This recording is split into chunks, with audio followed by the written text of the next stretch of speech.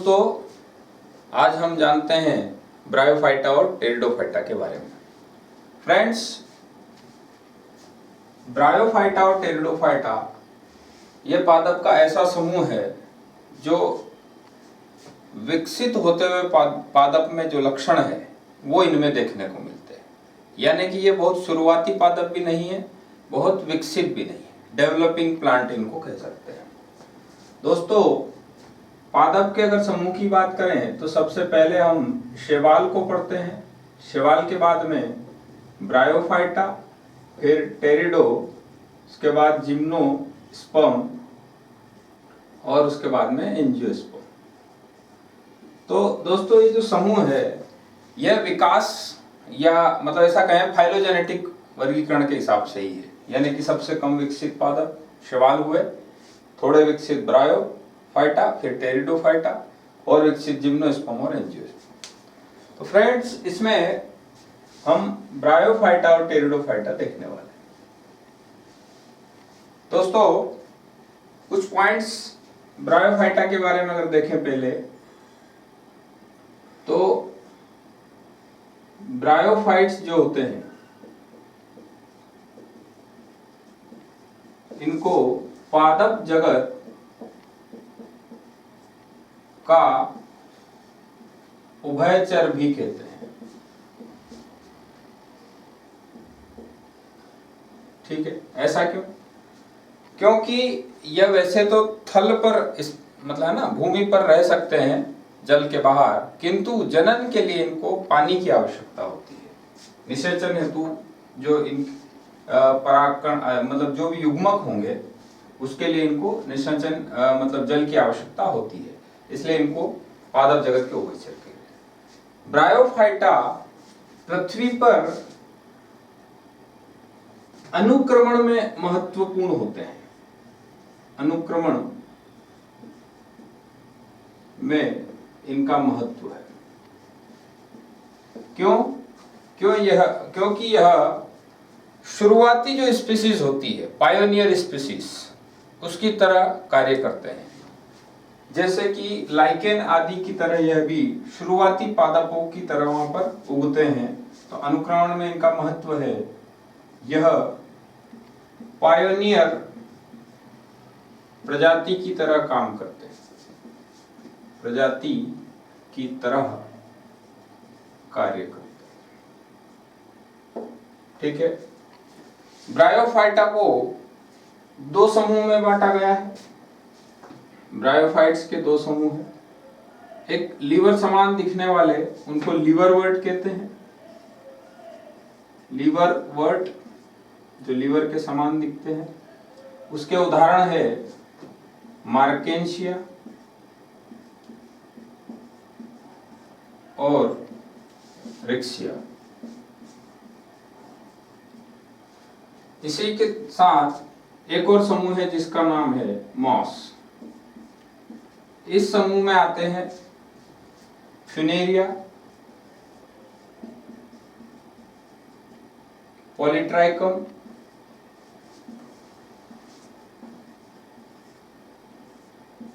एवं स्फेग्नम। तो friends, bryophytes के जो उदाहरण है वो आपके सामने है। मार्केंशिया और रिक्सिया कौन सा समूह है? लीवरवर्ट। इसको आप कैसे ध्यान रखेंगे? ये सारे नाम मान लीजिए आपको ध्यान है कि मार्केंशिया, रिक्सिया, फ्यूनेरिया, पॉलीट्राइकम और स्फेग्नम ये सभी ब्रायोफाइट है। बट आपसे अगर लीवरवर्ट पूछे तो आप इसको ऐसे कुछ ध्यान रख सकते हैं, ट्रिक मतलब कहानी के फॉर्म में, कि आपका कोई फ्रेंड है, मजाक मस्ती में जैसे भी वो ऑटो से कहीं से आया था रिक्शा में बैठ के, और वो आपको मजाक में लीवर में मार के भाग गया। ठीक है, तो लीवर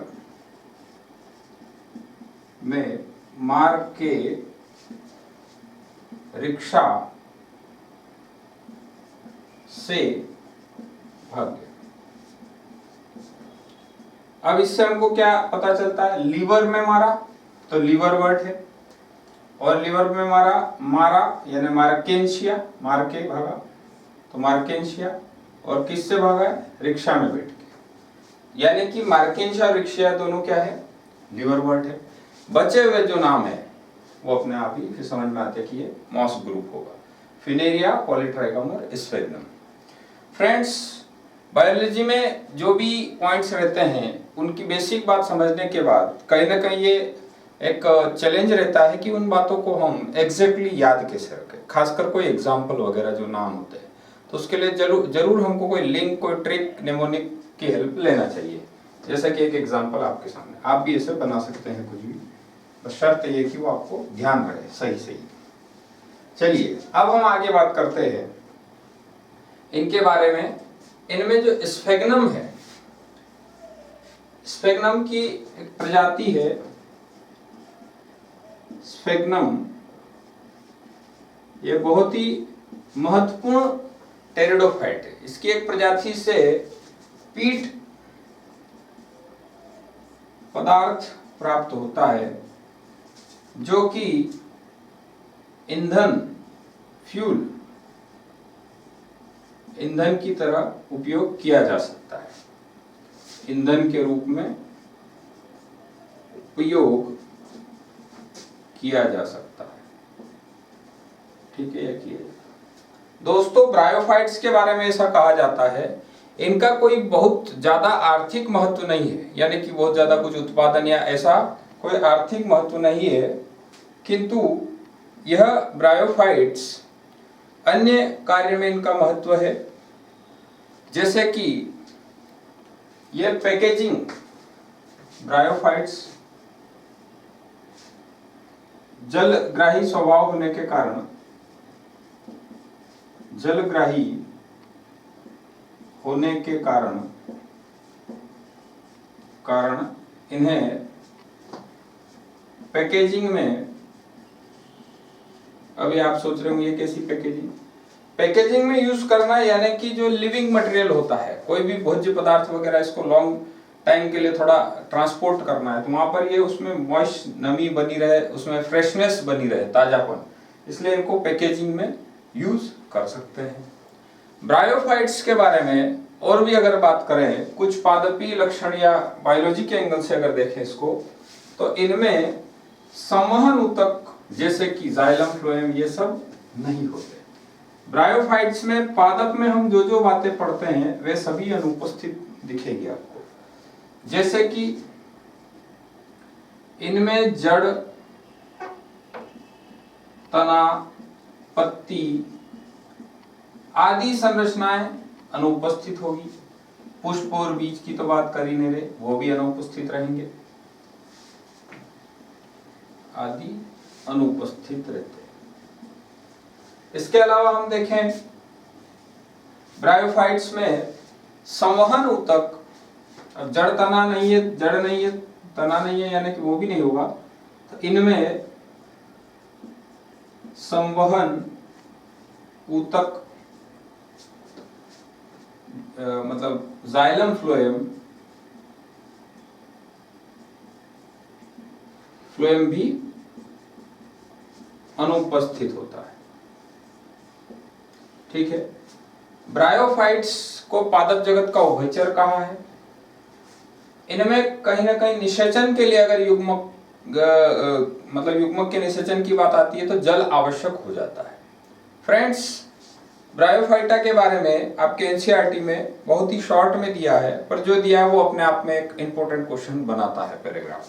तो यहाँ पर इन्होंने युग्मकोद्भिद गैमेटोफाइट के बारे में समझाया है। आइए हम देखते हैं क्या है वो पॉइंट।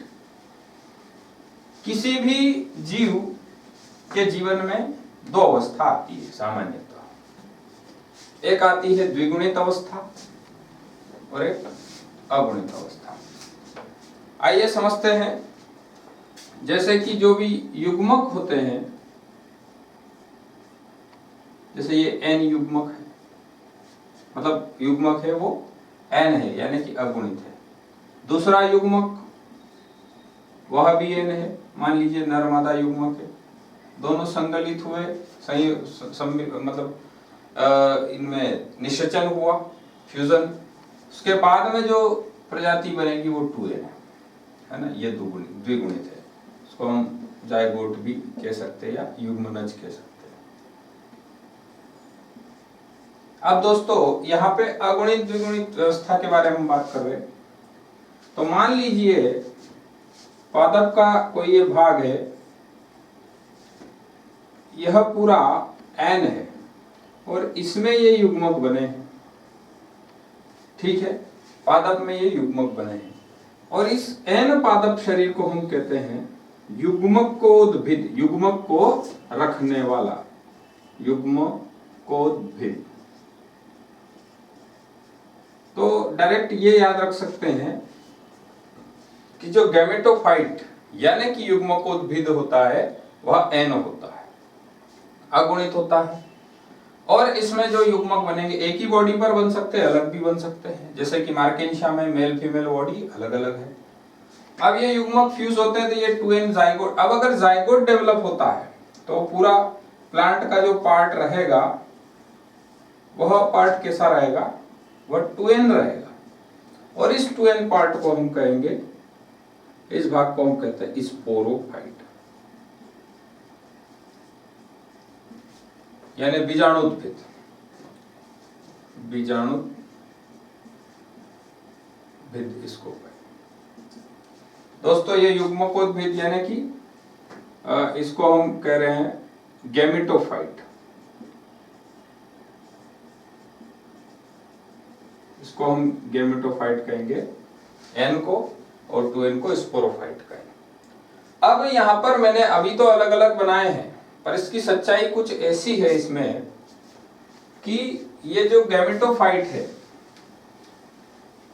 ये गैमेटोफाइट ऐसे कुछ होता है, ठीक है, जैसे कि आप फ्यूनेरिया में देखेंगे, ये है गैमेटोफाइट।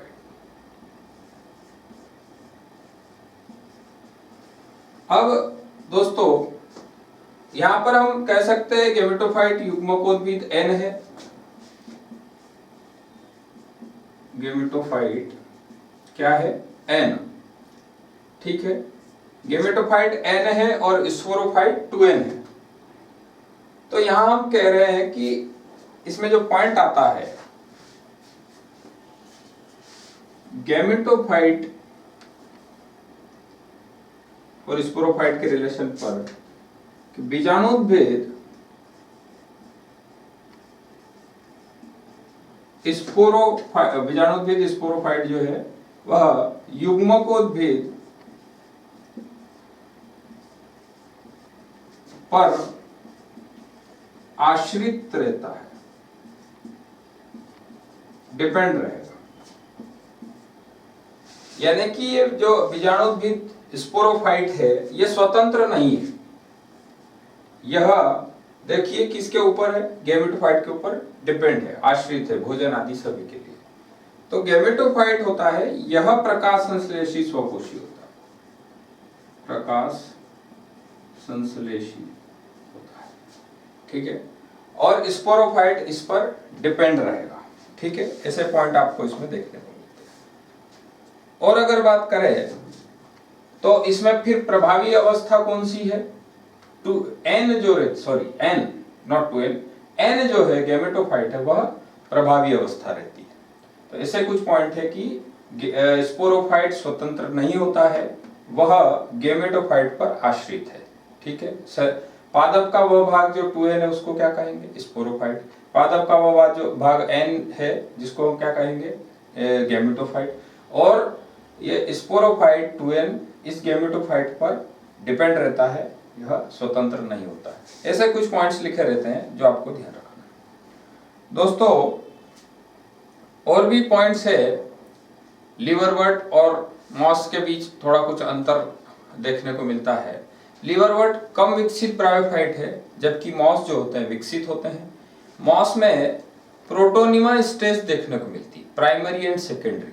तो वेजिटेटिव प्रोपगेशन जो होता है, प्राथमिक और द्वितीयक प्रोटोनिमा अवस्था मॉस में जो देखने को मिलती है वह भी एक क्वेश्चन है, आइए उसको भी समझते हैं।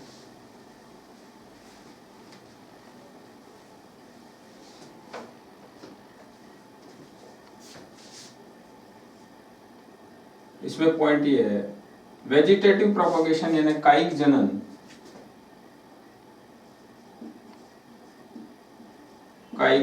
जनन मॉस के द्वितीयक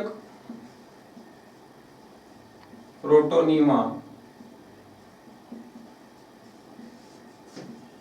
अवस्था में फ्रेगमेंटेशन यानी कि विखंडन तथा फ्रेगमेंटेशन और इसमें बडिंग हो सकती है।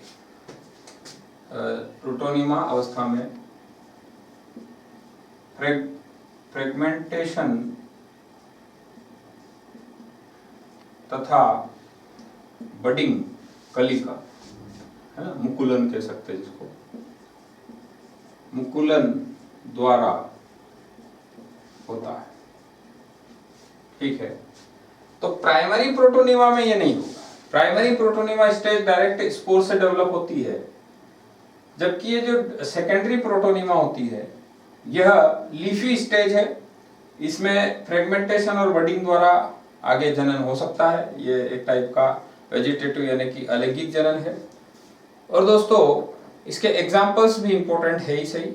लिवरवर्ट के एग्जाम्पल क्या क्या दिए हैं, लीवर में मार के भाग गया था रिक्शा में बैठ के, तो मार्केंशियन रिक्शिया लिवरवर्ट है। और बचे हुए जो मेंबर्स है जैसे कि फ्यूनेरिया हो गया और पॉलीट्राइकम और एस्फेगना, ये सब क्या है, मॉस है। और फ्रेंड्स अगर हम टेरिडोफाइटा की बात करें और इनके कुछ लक्षणों की स्टडी करें तो जो क्वेश्चन है वह निकल कर आते हैं।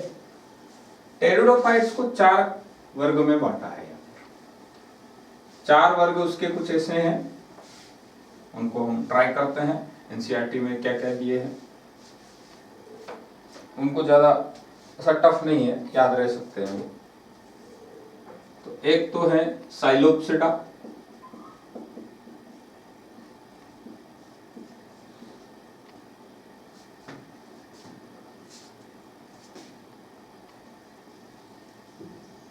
साइलोप्सिडा हो गया, स्फिनोप्सिडा,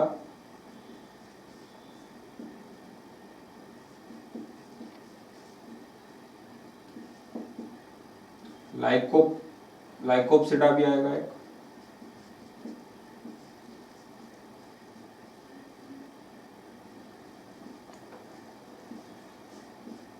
तो एक आ जाएगा टेरोप्सिडा।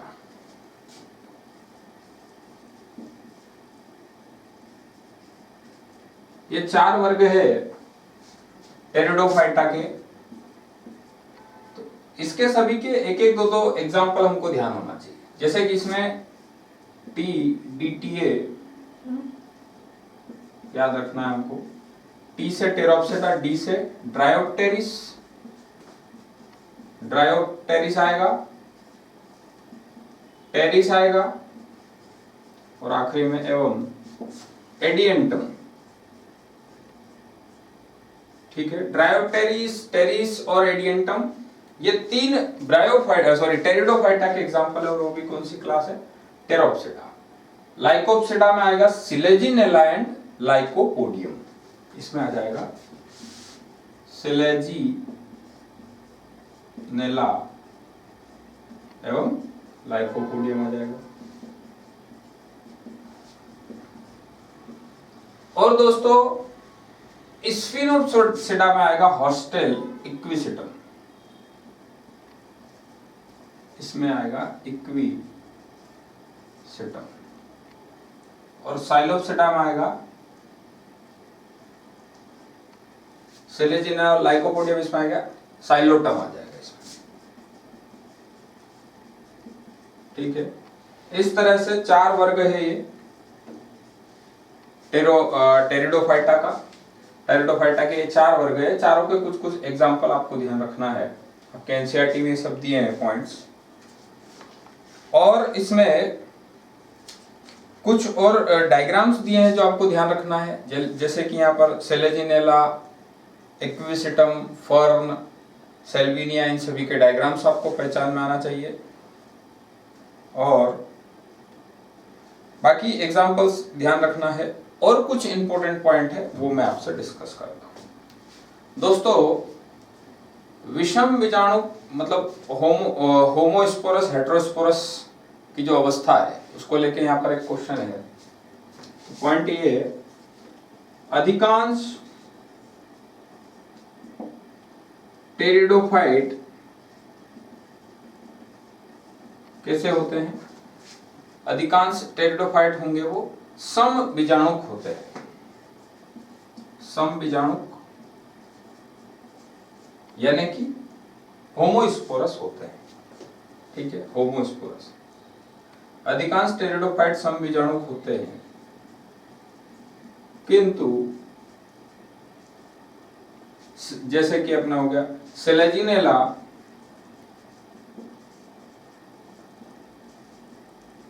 एवं सेल्विनिया,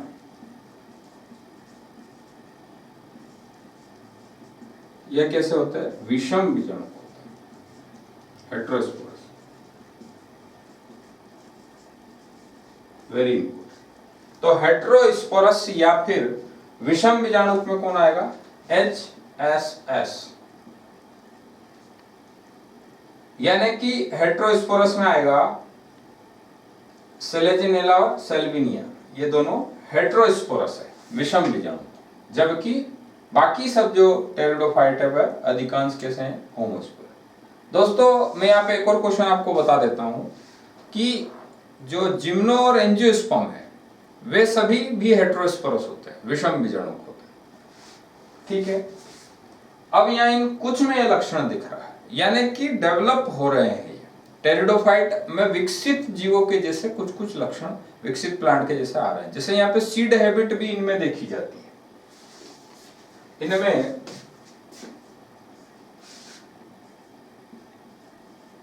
सीड हैबिट, बीज प्रवृत्ति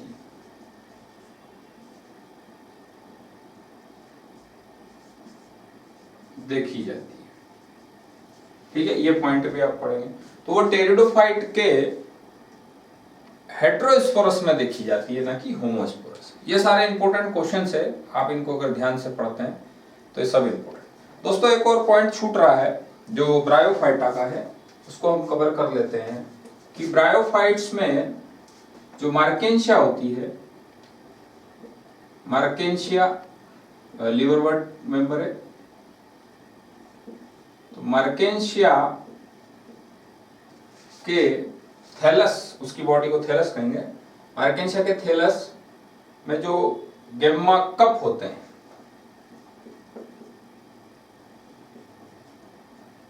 गेम्मा कप में ग्रीन मल्टी सेल्यूलर एसेक्सुअल बड होती है, जिसे गेम्मी या गेम्मा कहते हैं, में उपस्थित गेम्मा, ठीक है, ग्रीन यानी हरी बहुकोशिकीय, ये सब क्वेश्चन पॉइंट है सब, ग्रीन मल्टी सेल्यूलर अलैंगिक कलियां हैं।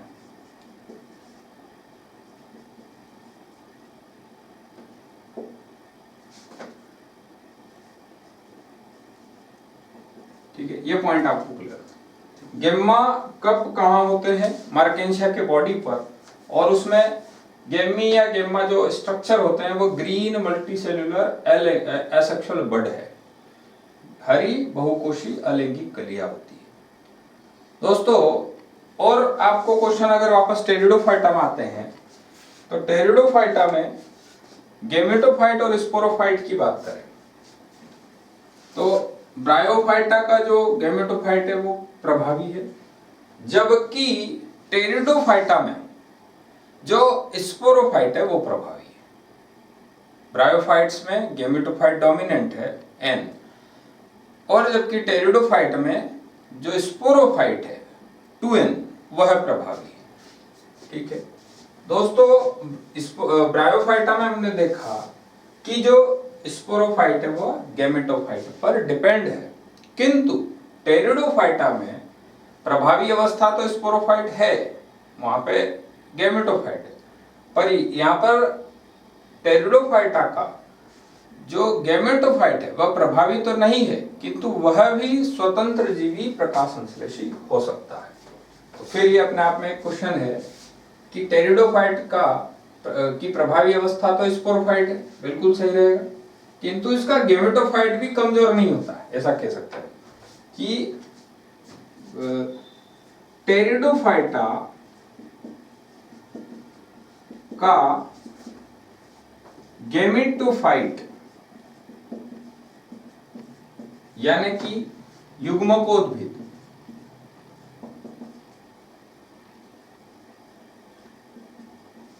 इंपॉर्टेंट है दोस्तों, टेरिडोफाइटा का युग्मकोद्भिद प्रकाश संश्लेषी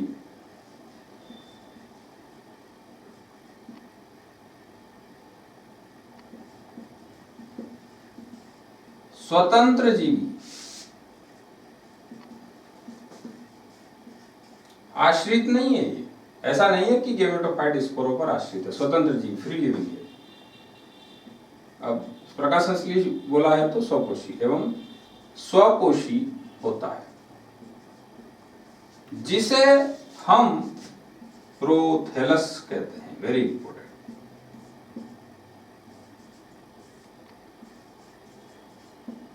ठीक, तो प्रोथेलस क्या है? प्रोथेलस टेरिडोफाइट में देखी जाने वाली एक अवस्था है। क्या प्रोथेलस द्विगुणित अवस्था है? नहीं, ये एन अवस्था है।